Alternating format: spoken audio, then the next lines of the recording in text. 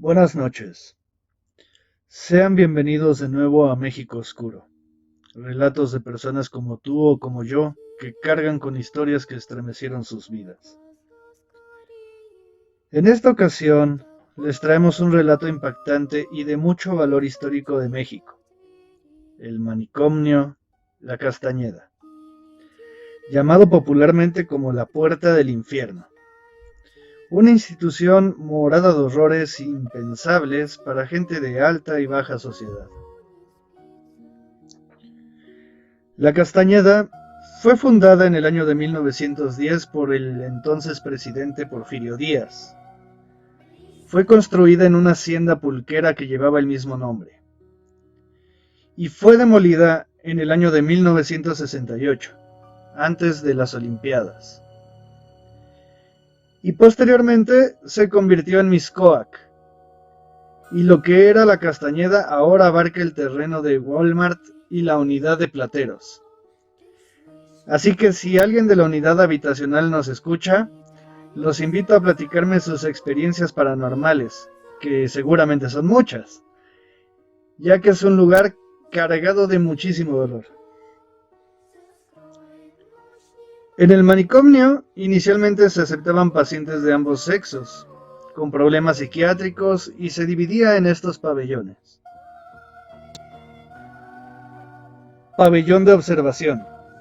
En este pabellón llegaban los pacientes para definir en qué pabellón estarían. Cabe resaltar que también ingresaban niños. Pabellón de pacientes distinguidos. Aquí llegaba la gente rica y recomendada, obviamente para ser tratada bien. Pabellón de pacientes peligrosos. Aquí los agresivos tenían su lugar, y también los que tenían antecedentes criminales y los que eran consignados por la autoridad. Pabellón de epilépticos. En ese tiempo, los pacientes que sufrían de esta enfermedad eran considerados como locos y tenían lugar en este pabellón. Y también todas aquellas personas que tenían alcoholismo también ingresaban dentro de este mismo pabellón. Pabellón de los imbéciles. Tristemente fue denominado así por los pacientes que sufrían de retraso mental. Qué cruel, ¿no? Y pabellón de pacientes infecciosos. Aquí llegaban todos los pacientes con lepra, tuberculosis y enfermedades denominadas graves en ese entonces. También se incluían en este pabellón a las ninfómanas, prostitutas y sifílicas. Y el pabellón de los tranquilos, donde se encontraban todos los pacientes que tenían enfermedades crónicas. Y bueno, aquí viene lo terrorífico. A finales de la vida del manicomio, este llegó a albergar 3 veces más la capacidad de los pacientes. Esto dejando como consecuencia un caos total. Y al final terminaron aceptando ladrones, violadores, drogadictos, alcohólicos, prostitutas, asesinos y gente que no era querida en su casa por los familiares y que los hacían pasar por locos. Fue tanta la sobrepoblación que inclusive hubo pacientes que terminaron durmiendo en el patio, sin baños, haciendo sus necesidades en donde pudieran.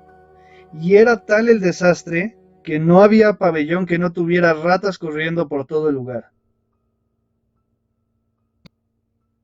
Se cuenta que los castigos eran realmente brutales. Los metían en cuartos húmedos por semanas. Ahí se iniciaban las terapias de electrochoques, golpizas y encierros.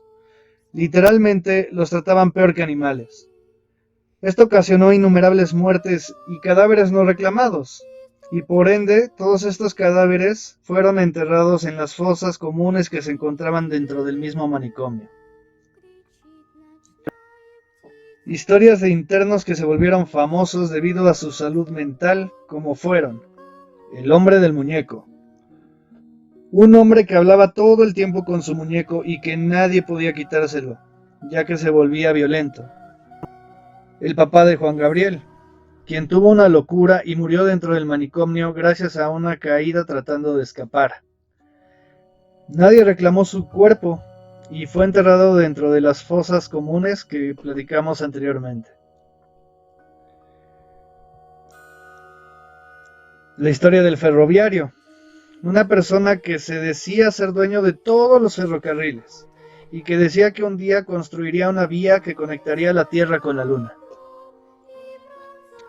O la historia de Petra, una mujer originaria de Oaxaca quien tuvo un bebé y que la abrazó tan fuerte que la asfixió. Al poco tiempo volvió a quedar embarazada y la familia no quiso correr ningún riesgo, así que le quitaron al bebé y le enviaron al manicomio. Lo triste es que después de 50 años, ella asegura seguir embarazada. Y por último, la historia de Luz, una chica de 17 años que fue ingresada por su madre utilizando una orden del juez, debido a que ella había intentado suicidarse por el abandono de su novio, aventándose a las vías del tren. Lo curioso de este caso radica en lo que le dijo a los doctores cuando ellos le preguntaron por qué ella estaba ahí. Ella respondió que le dieron una bebida que la hizo loca y que hizo que tratara de aventarse a las vías. Y no dejaba de decir lo mucho que odiaba a su madre, ya que todo el tiempo la golpeaba y no la dejaba salir de casa. Además de que su familia la trataba de una arrimada y querían que se fuera del lugar lo más pronto posible. Y aquí es donde les pregunto a ustedes, ¿acaso creen que este caso fue en realidad una locura de Luz? ¿O fue su madre quien quiso deshacerse de ella poniéndola en el manicomio? En cuanto a las tragedias del lugar, se sabe de una muy grande que ocurrió en ese tiempo. A los pacientes les ocasionaban coma con insulina como parte del tratamiento y se les sacaba de ese estado con una cucharada de azúcar. En una ocasión, una enfermera, creyendo que era azúcar, el contenido de una bolsa, les puso a varios pacientes una porción. Sin embargo, lo que se encontraba dentro de esa bolsa era ácido sálico, un ácido utilizado para lavar los pisos. Esto lo que ocasionó fue la muerte de varios de los pacientes que ya no lograron despertar de su coma. Incluso se cuenta la anécdota de que cuando alguien quería visitar a uno de sus pacientes, era necesario llevar una bolsa llena de bolillos, la cual se repartía a cada uno de los pacientes que sacaba las manos dentro de las celdas, para calmar el hambre de cada uno de ellos. Bueno, y como último dato, sabemos que la fachada original fue resguardada en Amecameca, sirviendo para encuentros religiosos y de escenografía para televisoras mexicanas. Qué relato tan triste, ¿no? Y lo peor es que esto no fue fantasía. Seguidores de México Oscuro, esperamos haya sido de su agrado este relato. Esperemos que lo hayan disfrutado esta noche con un buen café. No olviden compartirlo y seguirnos en nuestras redes sociales, ya que gracias a ustedes nuestra comunidad sigue creciendo día con día. México Oscuro.